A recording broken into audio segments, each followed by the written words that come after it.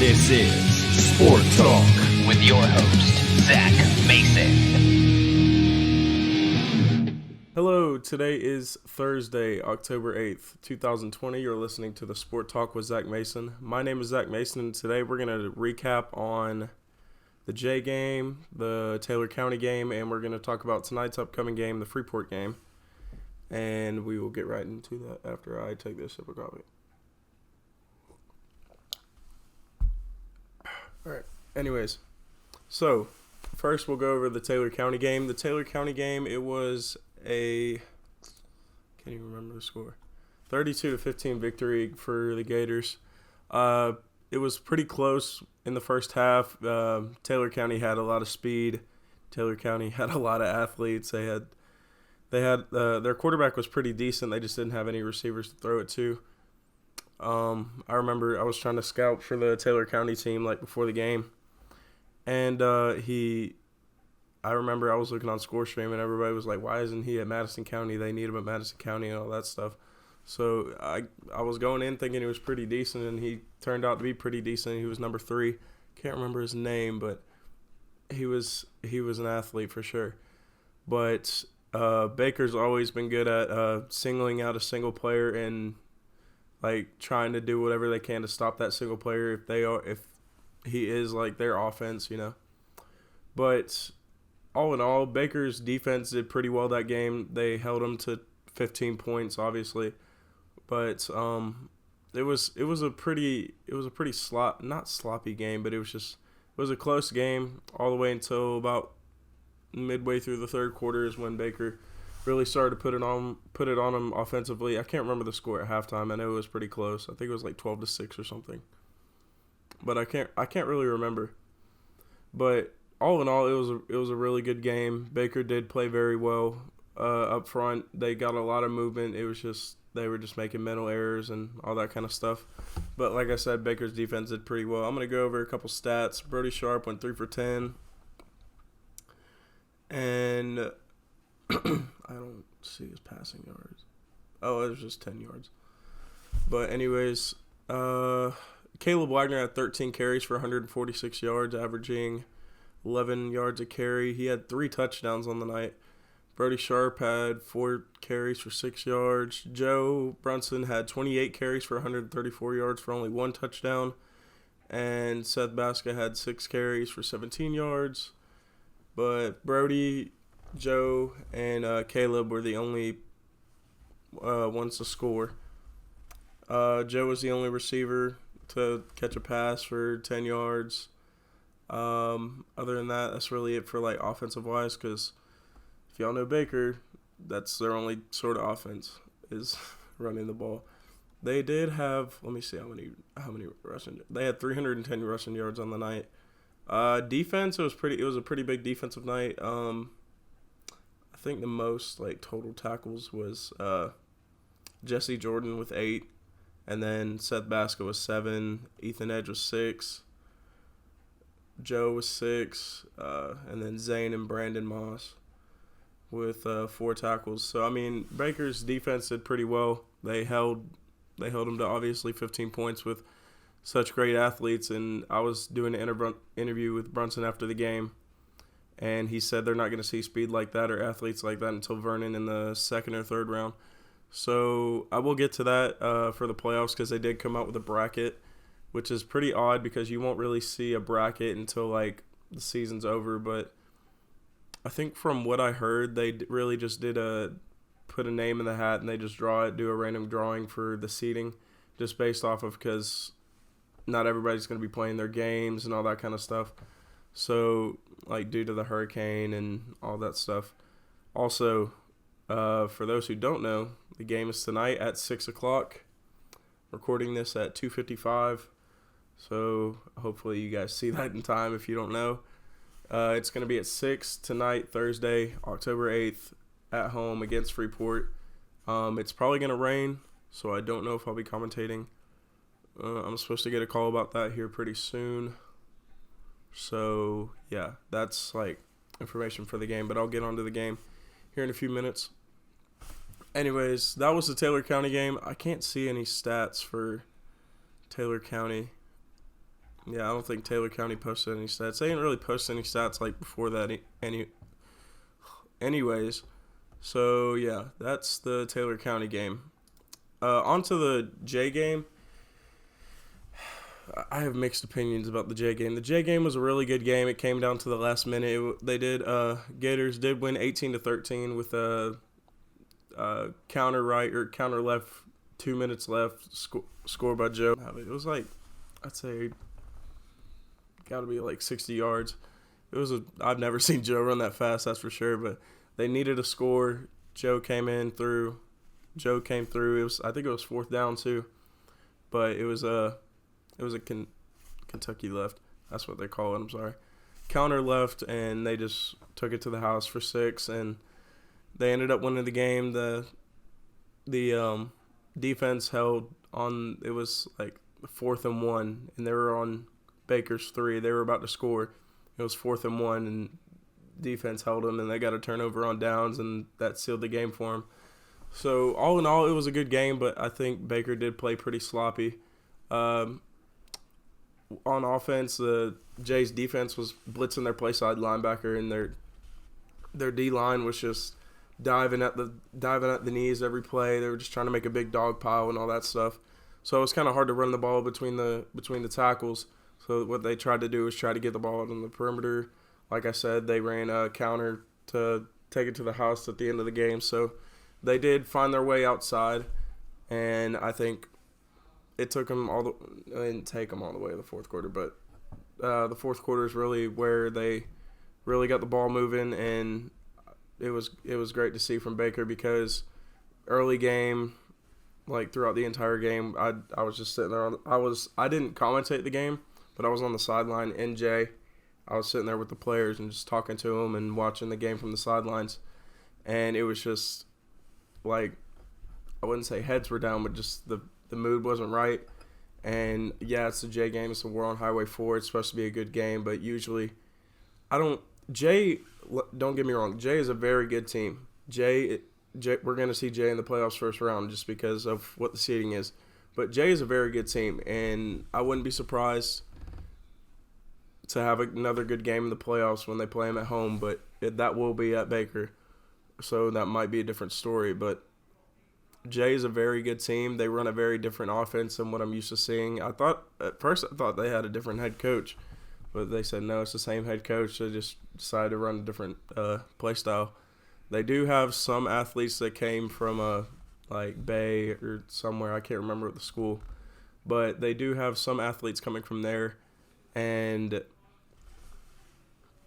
Jay looked very good offensively and defensively. Their quarterback looked pretty decent, just by the way he carried himself. And I was watching him. He could throw a little bit, but I mean, in 1A you don't have many receivers who you can just go out and throw 2 long 50-yard balls.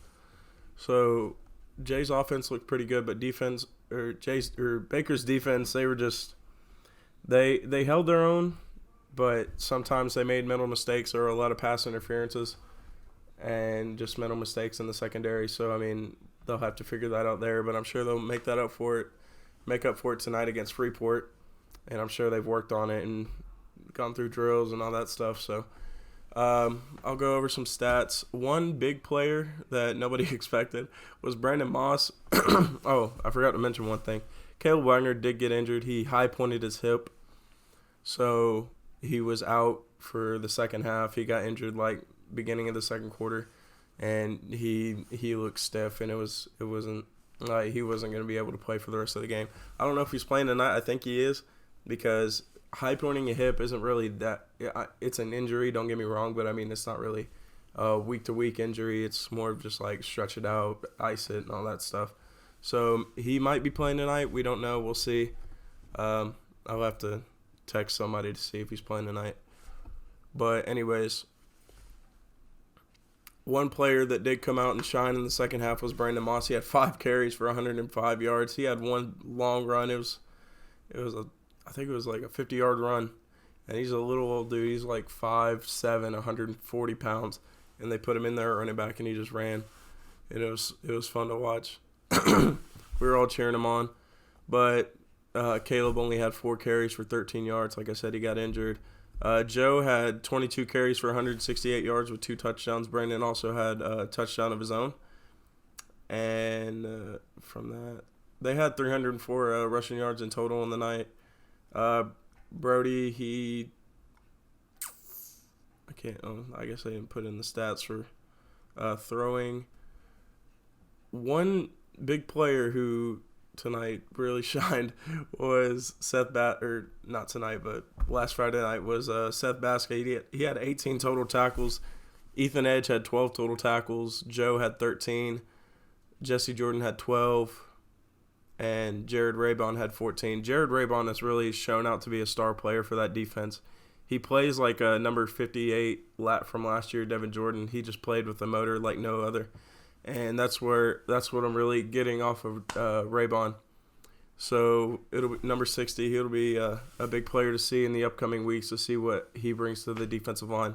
One major, like, very key player that I was very proud of to see was number 54, Gavin Vaccarello, their right tackle. He wanted to be a leader. He wanted to be a key player. He wanted to show the team that he is there and he will do anything to win. So it was about the fourth quarter, and he played the entire fourth quarter, did not leave the field. He was sitting there on the sideline, and he wanted to get in on defense so bad to go help him out. And I was sitting there, and I'm good friends with Gavin. So I looked at him, I was like, go ask him. Go ask him to go in. He said, okay. So he ran to coach. He said, let me go play. And he let him in, and he caused havoc on the defensive line, that's for sure. They couldn't block him. That's the honest truth. They just couldn't block Gavin. And I love to see it. Just from knowing Gavin the last few years, he's really changed, and he's really stepped into that role as a leader on that offensive line, and not only the offensive line, but across the entire team in general. So I was very proud of Gavin, and you could see that he was tired, but you knew that he gave everything he had on the field every single play, and I couldn't be more proud of Gavin. But we'll see if he plays defense tonight. I doubt he'll get as many looks on defense. I don't know if y'all just saw that fly, but don't worry about it. Anyways, but I don't know if he'll get as many snaps on defense like he would offense, obviously, but he'll probably. Don't be surprised to see Gavin tonight in on defense on the defensive line. Anyways, so yeah, the Baker J game was pretty here and there, but I mean it was a good game nonetheless. Jay did really shine and really shed some light on the Baker offense there, so it gave him a little scare, but we'll get to see them first round of playoffs. And now that's it really for the J game. Now we're gonna move on to the Freeport game. They do play Freeport tonight at 6. Freeport is 2-2. They won against Holmes County 20-13, lost against Walton 42-28. They won against Rocky Bayou 29-28, and they lost to Chipley 14-0. So I don't know. I don't think Freeport's very good. They lost to Walton by almost 20. Walton lost to South Walton by a touchdown, and Baker beat South Walton like a drum. It was 62-28 or something. So I don't know. I don't think Freeport's very good this year. So I mean, we'll see. If I'm looking at my screen because I'm looking at the stats and all that stuff, so I hope it's not bothering anybody. But anyways, Freeport does run a little bit of spread, a little bit of everything, but their main focus is running the ball because they don't really have much of a passing game. Baker should be able to lock them up pretty easily. Be ready to see a big night from Joe just because Caleb is coming out from an injury, so we don't know how he's going to be. Or we may see more touches from Brendan Moss tonight because he had 5 carries for 105 yards, which was insane. He played with heart, that's for sure. But one thing I want to point out is Baker's defense has been really holding their own throughout this season, which I've been very surprised by because they're not very big. They just play with a lot of heart and a lot of passion. And obviously in 1A football, you have a lot of people playing both sides, which they don't want that. Baker doesn't want that to happen, so they're trying to limit that as much as possible. So you see a lot of like unfamiliar faces on the defensive side, but at the end of the day, they're getting the job done. And like I said, they're not very big. They just play with a lot of heart, and that's what I love to see, especially at Baker. Anyways, we're going to move on to the playoffs. So like I was saying, they did like a hat drawing. I don't know how they did it, but they didn't go off a record. They just went off of whatever they did to seed these, which is crazy because we don't even know who they're playing for the first round of the Sunshine Athletic Conference, like for that playoff. So we find out for this playoff before we even find out for that, but that's just because they already did all the the seeding for that and stuff. So Baker plays Jay first round. Freeport and Holmes County play first round. Chipley and Northview play first round. And Graceville and Vernon play first round. I keep seeing this fly around. I'm sorry. And I think Vernon will beat Graceville pretty easily. I think Northview is going to beat Chipley. And Baker will beat Jay again. I don't think it'll be as close as it was the first time. So Baker will beat Jay, and I think I don't know. I think Freeport will beat Holmes County. I think they'll redeem themselves off of the first week. And I'm looking at the playoff bracket right now. I'll try and get a picture of it and put it on the screen, probably like right here or something, or like in the corner or somewhere. So I think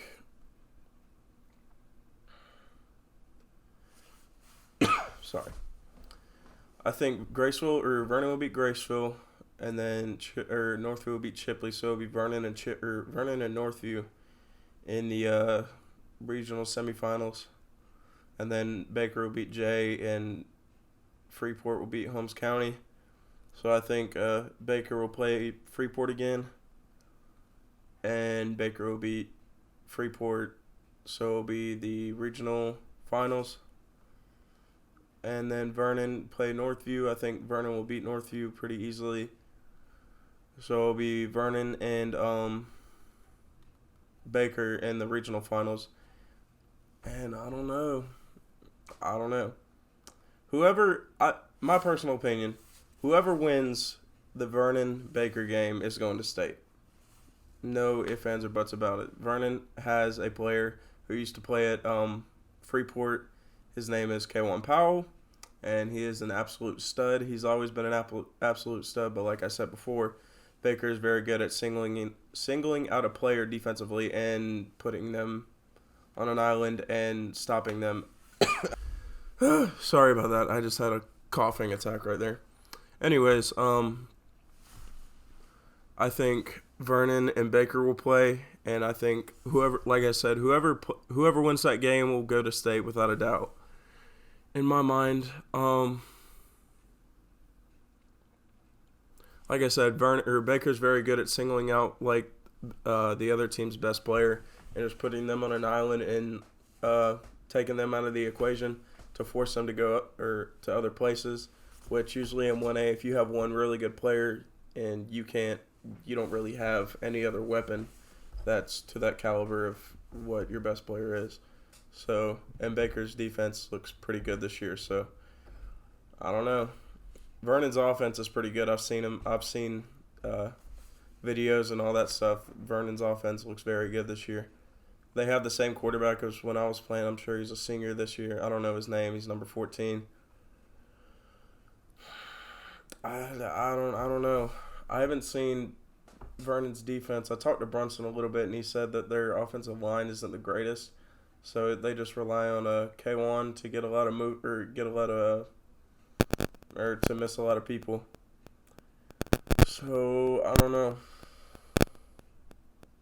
I think Baker will win, but it will be by a very small margin.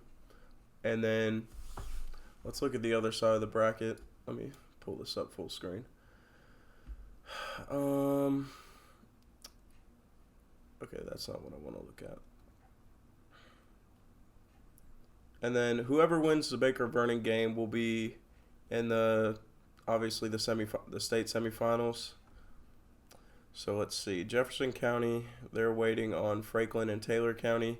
I think Taylor County will beat Franklin County, and then they'll play Jefferson County, and then Taylor County will beat Jefferson, and then let's see, Bozeman, and Weewahitchka, which I just call Weewaw. And I think Bozeman will beat Weewaw. So they'll play, what's it called? They'll play Taylor County. I think Taylor County will beat Bozeman. Taylor County will sit in the regionals. Port St. Joe and Bluntstown are playing, Yeah, Port St. Joe and Bluntstown are playing. Well, this will be second round. So I don't know. I think Port St. Joe will beat Bluntstown because I don't see. Neither Port St. Joe nor Bluntstown are very good this year. So I think Port St. Joe will beat Bluntstown because Port St. Joe does have a lot more wins under their belt. Now, I'm not saying that Port St. Joe is good just because they have wins, but I just don't see Bluntstown being very good this year. But Port St. Joe doesn't look very good either, but I mean, I think they're better than Bluntstown. Liberty County against Sneads, I think Liberty County will win. So it'll be Port St. Joe and Liberty County. I think Port St. Joe will beat Liberty County, and then it'll be Taylor County versus Port St. Joe in the regional semis, and I think Taylor County will beat Port St. Joe. If I'm going way too fast, I apologize. I'm just trying to get to the state semis, and then I see Baker rematching Taylor County for the state semis, and I think it'll be a lot closer game than they played a couple weeks ago, but I think Baker will come out on top. And now, am I just saying this just because I'm an advocate for Baker? Maybe. But I really do think, just based off of the teams that they're playing and how the bracket's set up and all this stuff, I really think Baker has a very good shot at going to state.